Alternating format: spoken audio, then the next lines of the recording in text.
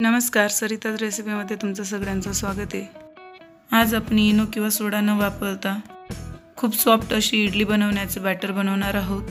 Video सुरू करण्याआधी जर तुम्ही माझ्या चॅनलवर नवीन असाल तर माझ्या चॅनलला नक्की सबस्क्राइब करा। चला तर मग व्हिडिओला सुरुवात करूया। येथे मी 1 वाटी साल नसलेली उडदाची डाळ वापरत आहे। आता त्याच वाटीने 3 वाटी तांदूळ घेऊन घेणार आहे। यांना मी आता स्वच्छ धुवून घेणार आहे।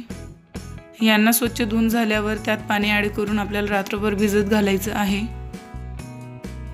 दुसऱ्या दिवशी सकाळी आता मी ही डाळ वाटायला घेणार आहे।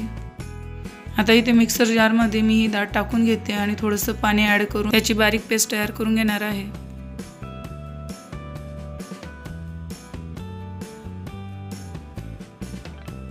पाहू शकता अशा पद्धतीने आपल्याला डाळीची खूप सॉफ्ट असं बॅटर तयार करून घ्यायचं आहे। आता ही डाळीचं बॅटर आपण एका बाउल मध्ये काढून घेणार आहोत। तांदूळही बारीक करून घेणार आहोत।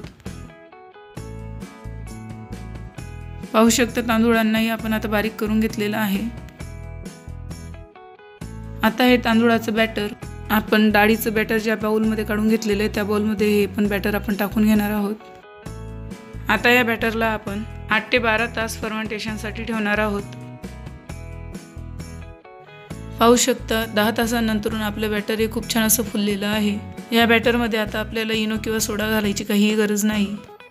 हे बॅटर तुम्हाला फ्रीज मध्ये ठेवायचं नाहीये, नाहीतर ते फुलणार नाही।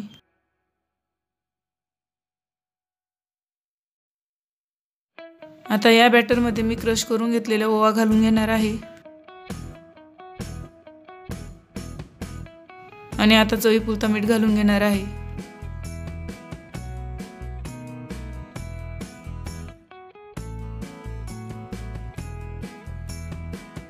आता या बॅटरला व्यवस्थित एकजीव करून घेणार आहे। यात आता आपल्याला पाणी घालायचं नाहीये। आता मला जेवढं बॅटर हवं असेल तेवढं मी एका बाउल मध्ये काढून घेणार आहे।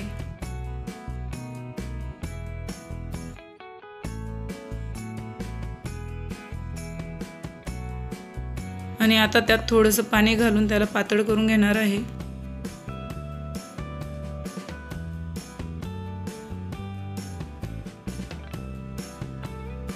आपल्याला हे बॅटर अशा पद्धतीचे कन्सिस्टन्सीने हवं आहे।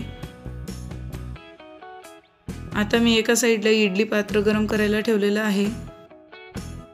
त्यातल्या इडलीच्या मोडला मी आता तेलने ग्रीस करून घेणार आहे आणि त्यात थोडं थोडं बॅटर घालून घेणार आहे।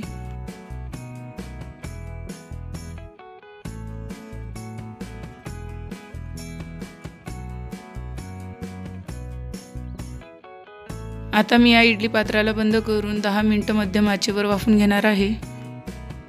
पाहू शकता 9 ते 10 मिनिटांनंतर आपली इडली खूप छान अशी सॉफ्ट झालेली आहे। आता मी इडल्या काढून घेणार आहे।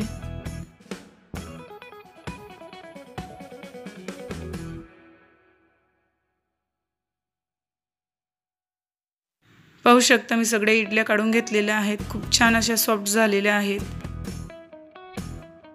यात आपण इनो किंवा सोडाचा वापर केलेला नाहीये। आता आपण एक इडली कट करून पाहणार आहोत। पाहू शकता आतमधूनही खूप छान अशी जाडी तयार झालेली आहे। तुम्हाला माझी रेसिपी आवडली असेल तर व्हिडिओला नक्की लाईक करा।